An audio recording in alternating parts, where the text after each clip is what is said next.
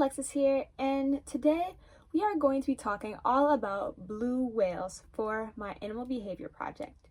For those who don't know, I actually really love marine mammals. I actually love them a lot. They're some of my favorite animals. But this isn't a blue whale, this is actually a beluga. But anyway, today we're going to talk about blue whales.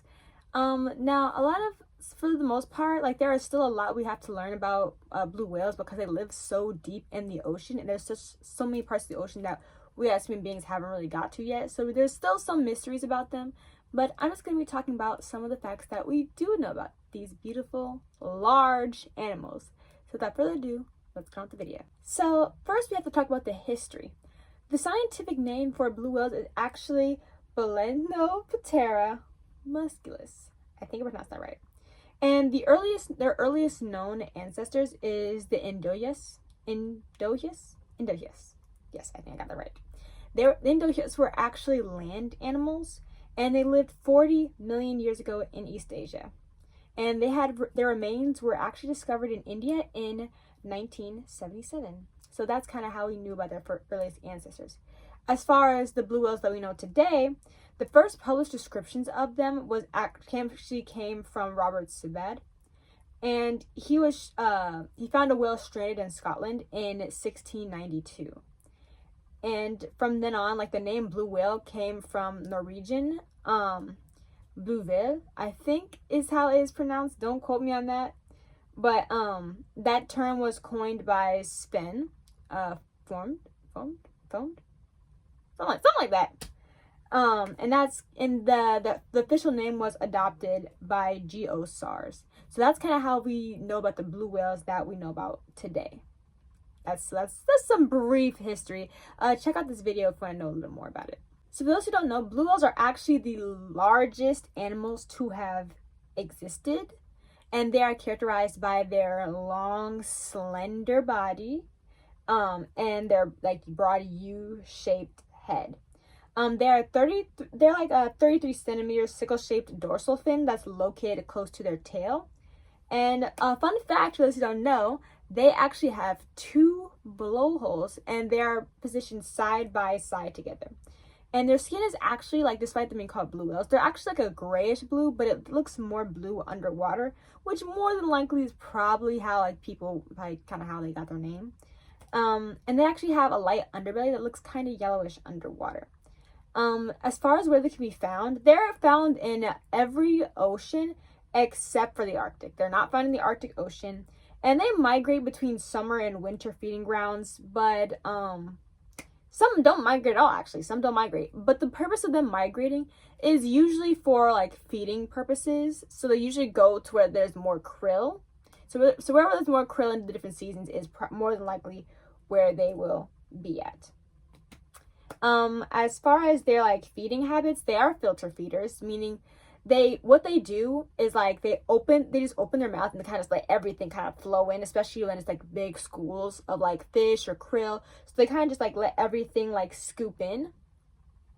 And then they filter out the water.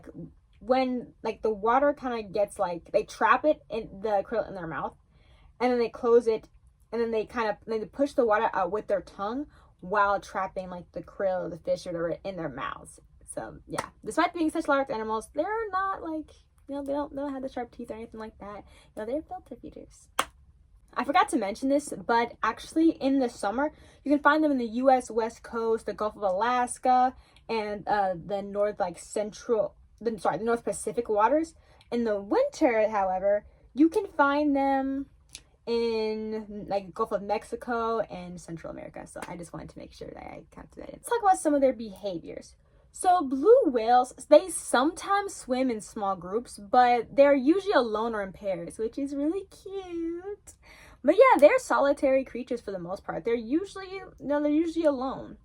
But as far as some of their other habits, kind of trailing into mating, they mate by song.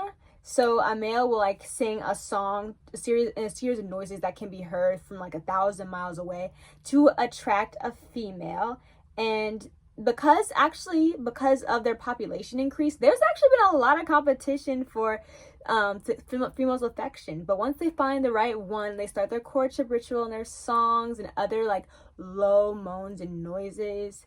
Like they actually begin their courtship, and then they start mating immediately. Like they don't play, they get right down to business. And they reach sexual maturity at about like 5 to 15 years old, and some mating rituals vary. But most of the reproduction activity, it takes place like in the winter months, to be honest. And their babies are big. They are born 23 feet long and 5,000 to 6,000 pounds. Imagine pushing out a 23 feet long and 5,000 pound baby. I can't. But those babies are ready to swim right out the womb and just start nursing and just start like being whales. As far as their lifespan, their lifespan is estimated to be about 80 to 90 years. But again, there's still not a whole lot we know about them because they live so deep in the ocean. But their age is determined by counting the layers of like wax-like earplugs that are collected from the deceased animal. And I think it's also like that for other whales, not just blue whales.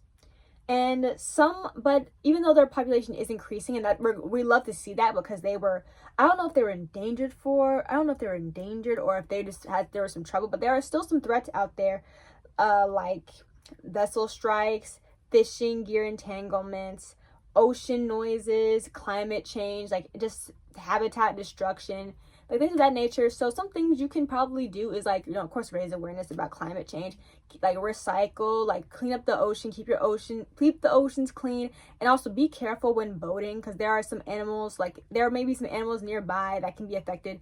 And the boating, just not even just like the jets themselves, like the actual like parts of boats, the actual parts of the boats themselves, not just those like can harm the animals like directly by just slicing them, but also even the noises can be like pretty like distracting to the animals. So just make sure to like kind of keep on the lookout for that. So please be mindful of these creatures. We are in their space. And I just think that I hope that we like eventually we can learn more about blue whales, because there's a lot of information out there, but at the same time, like I'm sure there's plenty of things we don't know about. Like I can't even, like, this is kind of gross, but like I can't even find like pictures of them mating. Why? Because they're so deep in the ocean. So maybe we'll get to a point where we can learn even more. Like there's actually it's actually rare to find pictures of their babies, because again, they live so deep in the ocean. So they're probably doing a whole bunch of things, probably have a whole bunch of activities going on that we don't even know about. So I hope that more research can go into learning more about these large creatures. Anyways, that's all I have for today. So if you like this video, please click like, subscribe, and in the comments, let me know what your favorite marine animal is. So take care of yourselves. Bye.